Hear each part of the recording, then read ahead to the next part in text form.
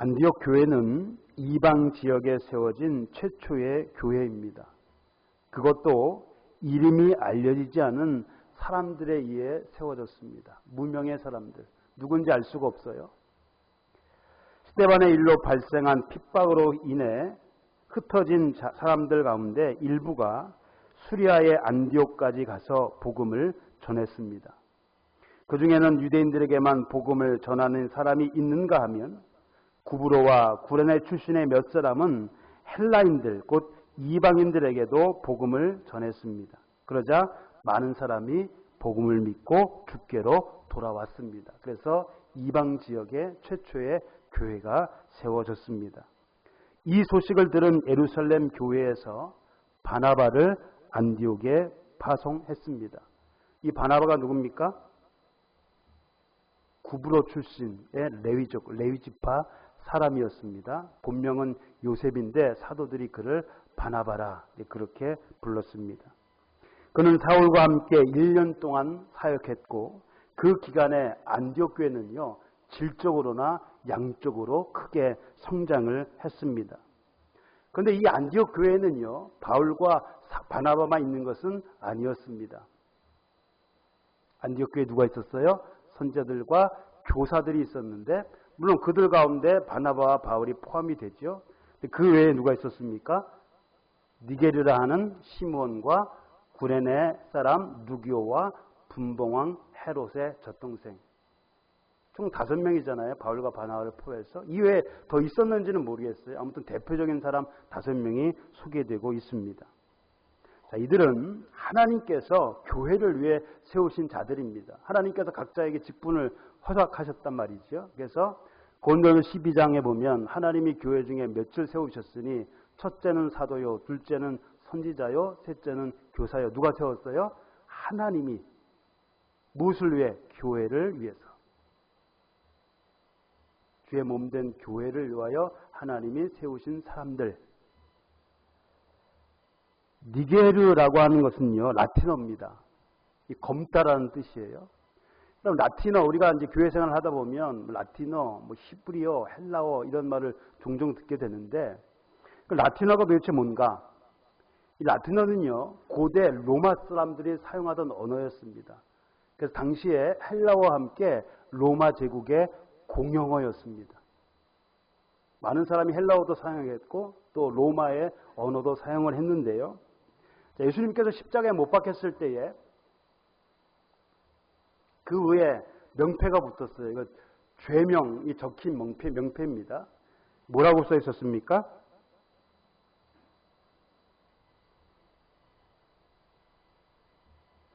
나사렛 예수 유대인의 왕이라고 써 있었어요. 어느 나라 말로 써 있었습니까? 히브리 말, 그 다음에 로마 말, 헬라 말. 그래서 여기서 로마 말이 바로 라틴어입니다. 고대 로마 사람들이 사용하던 언어가 바로 라틴어고요. 지금은 다 사용 안 해요. 거의 없어졌고요. 글로만 남아 있습니다. 그래서 천주교 같은 데서는 카톨릭 같은 경우에서는 아직도 라틴어 성경을 사용하고 있기도 해요. 자, 루기오. 구레네 사람 루기오. 이 루기오도요, 라틴어입니다. 빛이라는 뜻의 라틴어예요. 그는 아프리카 북부의 어디 출신이에요? 구레네 출신입니다. 구레네는요, 현재 리비아 지역에 있는 것이 아프리카 지역의 구레네 출신의 사람이 바로 이 루기오입니다. 그리고 마나엔이 있습니다. 마나엔은요, 히브리어 문하햄을 헬라식 이름으로 표기한 것입니다. 히브리어는 문하햄이라고 그러는데 헬라식 발음으로 뭐라고 그러냐면 마나엔이라고 부르는 겁니다. 자, 이러한 경우가 종종 성경에 등장을 해요. 예를 들면 히브리어 여호수아를 헬라식 이름으로 뭐라고 합니까? 여호수아는 무슨 뜻이에요? 여호와는 구원이시다. 헬라어로는 뭐라고 그래요? 예수. 구약의 여호수아, 신약의 예수는 똑같은 의미예요. 여호와는 구원이시다. 이 만화에는요, 분봉왕 헤롯의 뭐라고 그랬습니까? 젖동생이라고 그랬어요. 젖동생으로 번역된 헬라어는요, 함께 양육받은 자를 의미합니다. 함께 양육받은 자. 그래서 마나엔이 어릴 때부터 헤롯과 함께 자랐다는 겁니다. 헤롯이 누구예요? 여기서 말하는 헤롯은요, 예수님께서 공생애를 시작하셨을 당시의 헤롯을 말합니다. 누구라고 그랬습니까? 지난 주일에 말씀을 드렸는데 헤롯 대왕의 둘째 아들인 헤롯 안디바. 이 마나엔이요, 헤롯 안디바가 어렸을 때 함께 양육을 받았단 말이죠. 그런데 이 헤롯 안디바는요, 기원전 20년에 출생을 했습니다. 그리고 지금 이 당시가 언제냐면요, AD 한 40년경 돼요. 그럼 마나엔은 최소 몇 살이에요? 60살이 넘었어요. 60살이 넘었어요. 그들이 주님을 섬기며 금식하고 있을 때 성령께서 그들에게 말씀하시기를 내가 불러 시키는 일을 위하여 바나바와 사울을 따로 세우라 그렇게 지시를 하셨습니다. 그 일이 무엇인지에 대해서는 언급이 없는데요.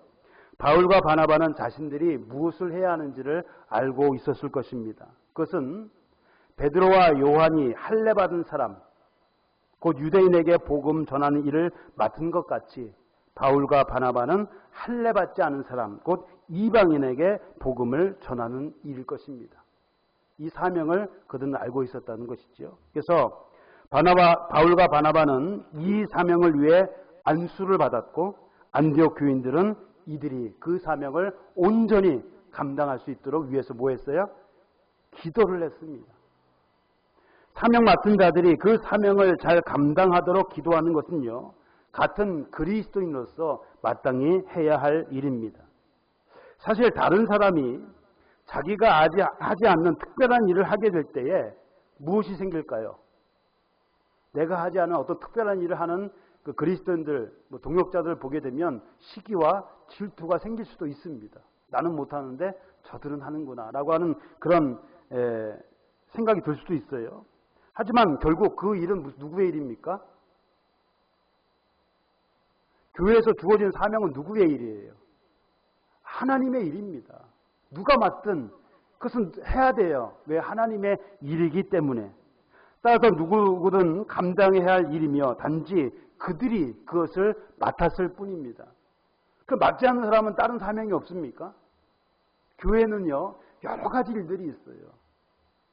하나님께서 능력에 따라 그 일을 맡겨주십니다. 하나님께서는 그리스도의 몸된 교회를 위해 각자에게 사명을 주셨습니다. 나는 사명이 없다라고 말할 수 있는 사람은 없어요.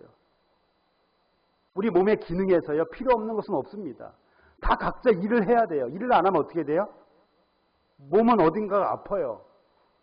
그죠? 그거 사용하지 못합니다. 별거 아닌 것 같아도요, 그것이 나중에 크게 되면 어떻게 돼요? 절단 수술을 할 수도 있어요. 그러니까 사소한 일도요, 사명입니다. 그것을 우리에게 맡겨주셨어요. 누가 그 어떤 걸 맡든 시기할 필요가 없어요. 각자의 위치에서 그 사명을 감당하면 됩니다. 필요한 것은 이 사명을 잘 감당할 수 있도록 서로가 위해서 기도하는 겁니다. 교회의 몸된 교회가 아름답게 서져 가도록 위해서 기도해야 합니다. 바울과 바나바는 성령의 보내심을 받아 실루기아에 내려가 거기서 배를 타고 구브로로 갔습니다. 안디옥에서 실루기아로 내려간 거예요. 실루기아가 항구 도시입니다. 그 내려가서 구브로로 가려고 배를 타려고 글로 간 거예요. 구브로는 어딘가? 지금의 키프로스라고 하는 섬입니다. 근데 이 키프로스가요, 지금은 분단이 됐어요. 북키프로스와 키프로스 공화국. 현재 유엔에서 나라로 인정한 국가는요, 키프로스 공화국입니다. 북키프로스는요, 인정받지 못한 나라예요. 갈라져 있는데 한쪽은 정식으로 인정을 받았고 한쪽은 인정을 받지 못했어요. 아무튼 지금 그런 상태입니다. 그래서 구브로는 지금의 키프로스 섬을 말합니다. 성령께서 그리로 가라고 지시를 하셨는지 아니면 그들이 그리로 가려고 마음을 먹었는지는 알 수가 없습니다. 분명한 것은 그러한 결정에 있어서 성령의 인도하심이 있었다는 겁니다. 내가 무엇을 할 때요, 성령의 인도하심이 있는 거예요. 잠언서 16장에 16장 9절에 보면 뭐라고 되어 있습니까? 사람이 마음으로 자기의 길을 계획할지라도 그의 걸음을 인도하시는 이는 여호와십니다. 우리가 어떤 일을 할 때요, 하나님께 지혜를 구하는 건 필요합니다. 우리가 이 일을 어떻게 해야 할까 잘 감당할 수 있도록 위해서 기도하는 것이 필요해요. 근데 하나하나 자세하게 하나님 이건 어떻게 할까요? 이것은 어떻게 할까요? 심지어 먹는 것까지 오늘 뭐 먹을까요? 사실 이런 거는 기도할 필요가 없는 거예요. 그죠? 자기가 결정할 일이 있어요. 기도하고 결정할 일이 있고요. 하나님 특별히 지시할 때가 있어요. 다윗이 사울을 피해 도망갈 때 하나님 내가 가야 됩니까? 특별한 일 있을 때는 기도했단 말이죠. 예, 그런 일 외에는 어떠한 일을 계획하고 하는 것은 물론 기도하면서 하는 것이지만 교회 자체적으로 혹은 개인적으로 결정을 해야 돼요. 내가 이렇게 하겠습니다. 하나님 인도해 주세요. 그래서 만약 그것이 하나님의 뜻이 아니면 분명히 하나님께서 막으실 겁니다. 성경에 그런 예가 나와요. 사도행전 16장 6절. 성령이 아시아에서 말씀을 전하지 못하게 하신 것을 지금 복음을 전하고 있어요. 이거는 바울의 2차 선교 여행 때 있었던 일입니다. 복음을 전하고 있었는데요. 누가 못하게 했어요? 성령께서 말씀을 전하지 못하게 하셨어요. 그들이 어디로 갔습니까? 부르기아와 갈라디아 땅으로 다녀가 무시아 앞에 이르러 비두니아로 가고자 했으되 그들의 계획은 뭐였어요? 비두니아로 가는 것. 그런데 어떻게 했습니까? 예수의 영이 허락하지 아니하시느니라. 그렇게 가기로 계획하고 마음 먹었는데 누가 못하게 하셨어요? 예수의 영이. 예수의 영이 누굽니까? 성령께서 막으셨다는 말이에요.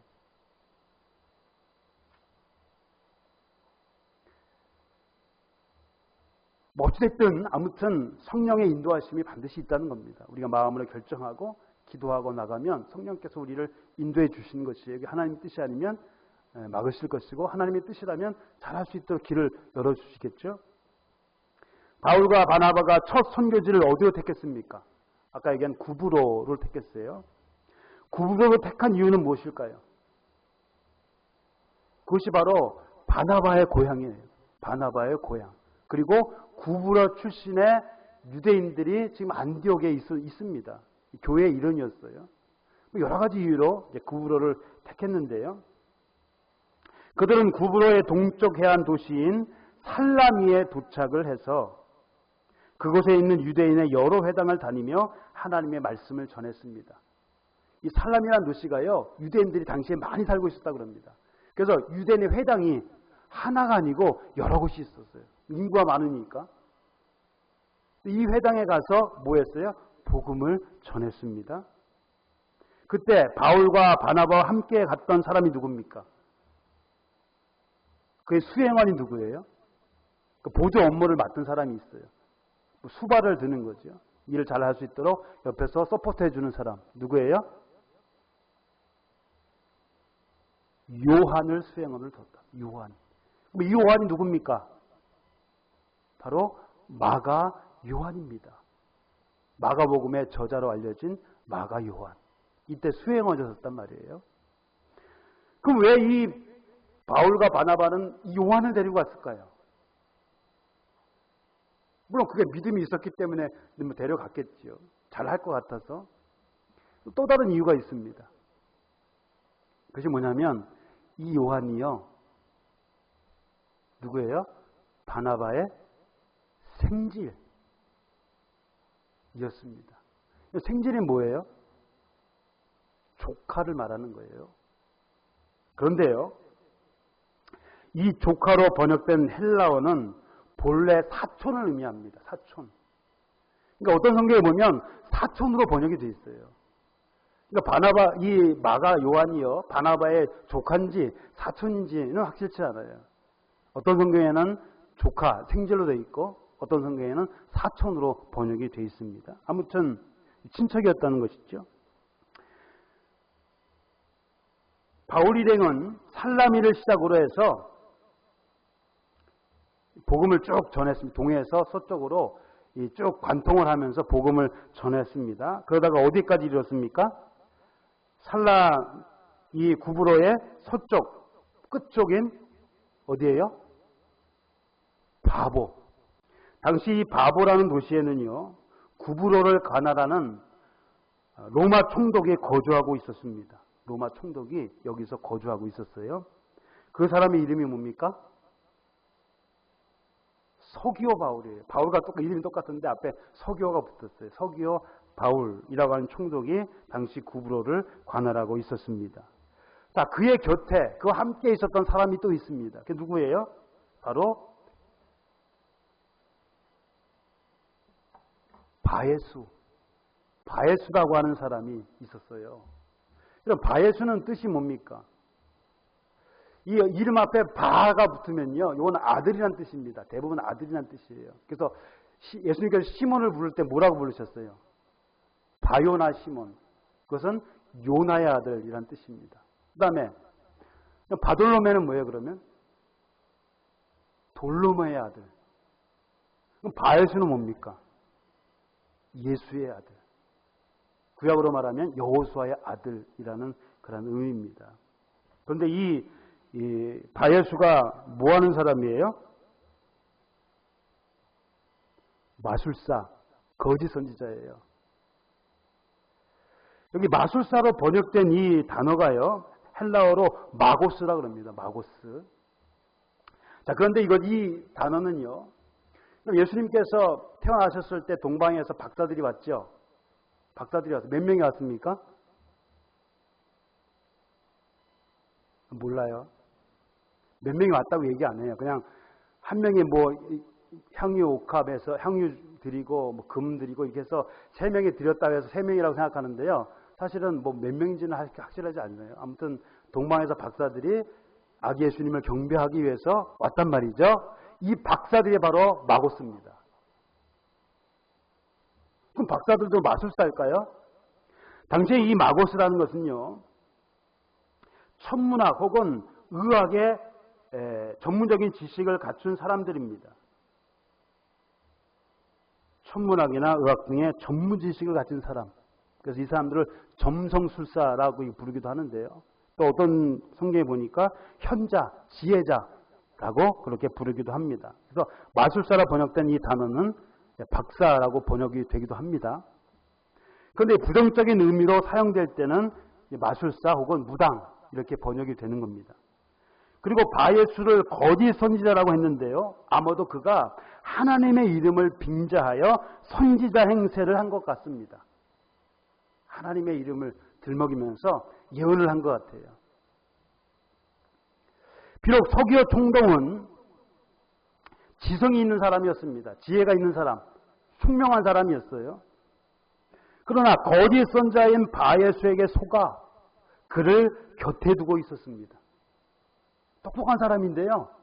바예수에게 속았어요.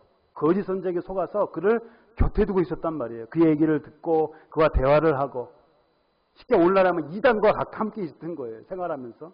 몰라서 그렇겠지요. 오늘날도 많은 지성인이, 우리가 소위 이단이라고 하는 곳에 가면요, 똑똑한 사람들이 많아요. 좋은 대학 나와서 좋은 직장 가지고 있는 사람들이 많습니다. 소위 지성인이라고 부르잖아요. 이 지성인이 이단의 거짓 교리에 속아 넘어가는 걸 보면 마귀가요, 얼마나 교활한지를 짐작케 합니다. 오죽하면 마귀가 자기를 광명의 천사로 가장한다고 했겠습니까? 빛의 천사. 마귀가요, 누구로 가장을 해요? 천사로, 빛의 천사로 가장을 해요. 만약 사탄이 광명의 천사로 우리 앞에 나타난다면 그걸 어떻게 분별할 수 있겠습니까?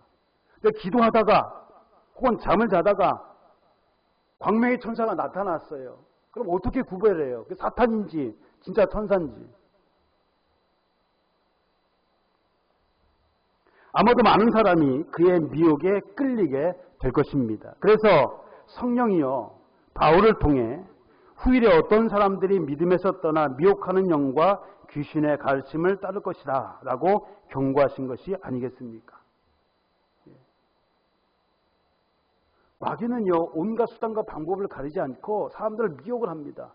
심지어 광명의 천사로 둔갑을 해가지고 사람들에게 나타나요. 내가 막 기도하고 있는데 강변에서 탁 나타났어요. 그러면 뭐라고 합니까? 하나님 응답 받았습니다. 내가 말씀하옵소서 내가 듣겠습니다. 뭐 그런 사람도 있지 않겠습니까? 그게 사탄이면 어떻게 하냐 이거죠. 그러니까 잘 분별을 해야 돼요. 마귀의 유혹에 넘어가지 않도록 어떻게 해야 되느냐. 항상 그래서 베드로 전서가 얘기하는 겁니다. 예수님께서 말씀하셨어요. 그런 자들을 경계하라. 마귀의 유혹에 넘어가지 않도록 항상 정신을 바짝 차리고 깨어 기도하라. 예수님께서는 뭐라고 말씀하셨습니까? 시험에 들지 않게 깨어 기도하라. 깨어 기도하라. 잠도 안 자고 뭐 24시간 내내 기도하라는 말입니까? 그건 아니잖아요. 항상 기도하는 마음으로, 기도 시간 따로 가지고 또 기도하는 마음으로 항상 깨어 있어야 돼요. 그래야 마귀의 유혹에 넘어가지 않습니다.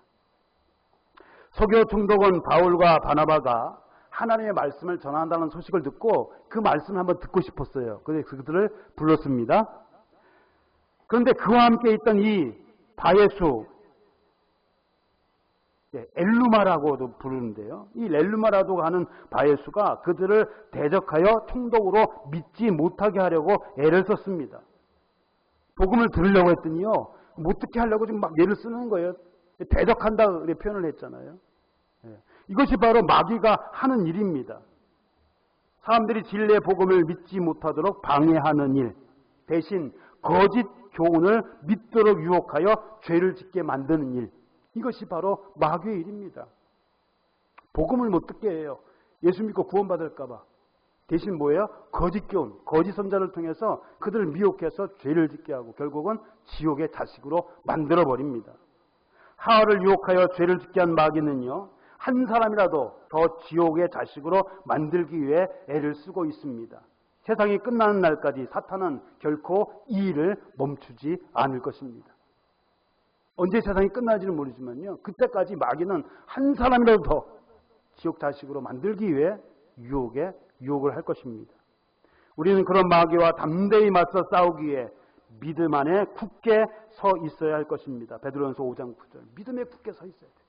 흔들리지 않도록. 바울은 그 엘루마에게 성령으로 충만하여 그를 주목했습니다. 바울이 성령에 충만하여 그를 주목하고, 주목하다라는 말이 성경에 종종 나와요. 이 주목하다라는 말은요, 자세히 보다라는 말입니다. 자세히 보다. 예수님께서 승천하실 때 제자들이 어떻게 했어요? 자세히 쳐다봤다 그랬잖아요. 그 말이 바로 주목하다는 말이에요. 또 사도행전 3장에 보면 베드로와 요한이 성전 미문에 앉아있는 안진뱅이, 지체장애인을 어떻게 했어요? 주목하고. 이 바울이요, 이 엘루마를 뚫어지게 쳐다보면서 말했습니다. 모든 거짓과 악행에 가득한 자요, 마귀의 자식이요, 모든 의의 원수요, 주의 바른 길을 굽게 하기를 그치지 아니하겠느냐. 드디어 이 선지자, 거짓 선지자 엘루마의 정체가 드러났습니다. 아무도 모르고 있었어요. 서교 총독도 모르고 있었어요. 그러니까 같이 있었단 말이에요. 그런데 비로소 이 엘루마의 정체가 드러났습니다. 바울이 그의 정체를 밝히지 않았다면 사람들은 계속 그에게 속고 있었을 것입니다. 바울이 밝힌 엘루마의 정체는요, 크게 두 가지예요. 첫째, 마귀의 자식이라는 겁니다. 누가요? 엘루마가 마귀의 자식이라는 겁니다. 비록 그는 이름이 뭡니까? 엘루마의 이름이 뭐였어요? 바예수, 예수의 아들이로 불렸습니다. 좋은 이름이잖아요. 예수의 아들로 불렀으나 실제는 누구의 자식이에요? 마귀의 자식이었어요. 바예수 예수의 아들, 여호수아의 아들 그렇게 불렸는데 알고 보니까 마귀의 자식이었습니다. 그는 두 가지 면에서 마귀와 닮았습니다. 하나는 거짓이 가득하다라는 겁니다. 거짓. 마귀의 별명이 뭡니까? 거짓말쟁이요, 거짓의 아비.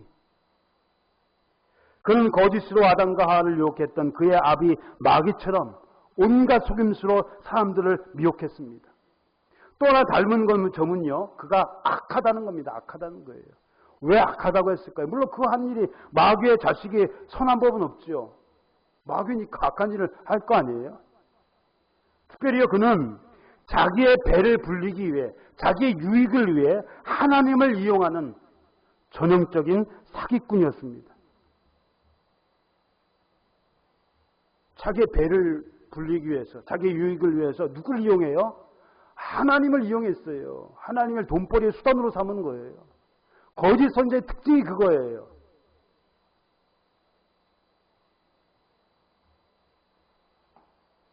둘째, 이 엘루마는요, 주의 바른 길을 굽게 하는 의의 원수라고 했습니다.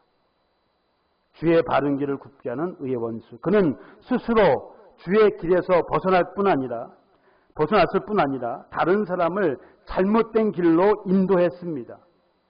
그에게는 사마리아의 마술사 시몬처럼 정의는 없고 불이 많이 가득했습니다. 사마리아에 있던 이 마술사 시몬 똑같아요. 이 엘루마하고 똑같은 자입니다. 어떻게 하면 돈을 벌까? 그래서 베드로에게 뭘 요청했어요? 내가 기도하는 자매가 성령을 받게 해달라. 온갖 불의가 가득한 자가 바로 이 사마리아의 마술사 시몬이었습니다. 엘루마도 그와 같은 자였습니다. 바울은 그에게 주의 손이 내 위에 있으니 내가 맹인이 되어 얼마 동안 해를 보지 못하리라 라고 했습니다. 주님의 손은요, 능력과 축복의 손이기도 하지만 심판과 저주의 손이기도 합니다. 주의 손 그러면 무조건 나쁜 것이 아니에요. 좋은 의미로 사용될 때도 있고요. 또 부정적인 의미로 사용될 때도 있어요. 그래서 긍정적, 좋은 의미로 사용될 때는 능력과 축복이 되지만 부정적인 의미로 사용되면 뭐가 돼요? 심판과 저주의 손이 되는 거예요. 복음이 전파된 곳에는 주님의 손이 어떻게 나타났어요? 능력으로. 주의 손이 그들과 함께 하시며 수많은 사람들이 믿고 주께로 돌아오더라. 능력의 손으로 나타났습니다. 그러나 오늘 본문처럼 복음을 방해하는, 복음을 가로막는 엘루마에게는 저주로 임했습니다. 그는 즉시 눈이 멀어 자기 손을 잡아 이끌어줄 사람을 찾아야만 했습니다. 온갖 속임수로 사람을 미혹하여 잘못된 길로 인도했던 그가 이제는 자신을 인도할 사람을 구해야만 하는 신세가 되고 만 것입니다. 사람의 도움을 받지 않고는 아무것도 할 수 없는 그런 처량한 신세가 되었어요. 이것이 바로 거짓 선지자의 말로입니다. 거짓 선지자가 어떻게 될 것인가 이렇게 된다는 거예요. 엘루마처럼 사탄의 도구가 되어 거짓과 악행을 일삼으며 복음을 방해하는 자들은 언젠가 심판을 받아 더 이상 그런 일을 할 수 없는 날이 올 것입니다. 반드시 그날이 올 거예요. 그들도 알고 있을 겁니다. 여러분, 그들이 이단들이요, 자신이 사람들을 속이고 있다는 것을 알고 있어요. 그래서 사기꾼이라고 하는 겁니다. 엘루마가 그런 사람이었어요. 하지만 그에게도 회개의 기회는 있습니다. 그 근거가 무엇일까요? 비록 하나님의 심판으로 인해 눈이 멀었으나 얼마 동안 해를 보지 못하리라. 정해진 기간이 있다는 겁니다. 무엇을 의미합니까? 그에게 회개의 기회가 주어졌다는 겁니다. 만일 그가 자기 잘못을 회개하고 주님께 돌아온다면 그의 시력은 회복될 것입니다. 그러나 끝까지 회개하지 않는다면 그는 바깥 어두운 곳으로 쫓겨나 거기서 통곡하며 이를 갈게 될 것입니다. 복음을 거부한 자들의 말로가 바로 이것입니다. 어두운 데 쫓겨나서 거기서 통곡하며 이를 갈게 될 것입니다. 사랑하는 성도 여러분, 거짓 선지자 엘루마가 복음을 방해하다가 눈이 먼 사건은 결과적으로 서기와 총독이 복음을 믿게 되는 계기가 되었습니다. 이에 총독이 그렇게 된 것을 보고 믿으며 하나님의 말씀을 들었어요. 그리고 그렇게 된 것을 봤어요. 그래서 결과적으로 서기와 총독이 예수 그리스도 복음을 받아들이는 계기가 되었습니다. 복음이 전파되는 곳에는요, 항상 그것을 방해하는 세력들이 있습니다. 그럼에도 불구하고 복음은 땅 끝까지 전파될 것입니다. 이것이 예수님께서 제자들에게 주신 뭐예요? 사명. 예루살렘과 유대와 사마리아와 땅 끝까지 이르러 주의 복음이 증거될 것입니다. 그 복음을 믿는 자들은 그가 누구든지 영원한 생명을 얻게 될 것이지만 끝까지 거부하는 자들은 영원한 형벌을 면치 못할 것입니다. 이제 곧 예수님께서 산 자와 죽은 자를 심판하시기 위하여 다시 오실 것입니다. 그때까지 마귀의 유혹에 넘어가지 않도록 항상 깨어 기도하고 믿음에 굳게 서서 각자에게 주어진 사명을 잘 감당할 수 있기를 주님의 이름으로 소원합니다. 기도하겠습니다.